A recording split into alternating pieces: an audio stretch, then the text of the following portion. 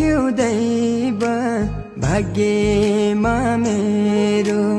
अभावले मात्रै चौतर्फी घेर्यो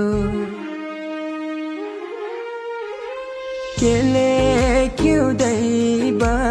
भाग्यमा मेरो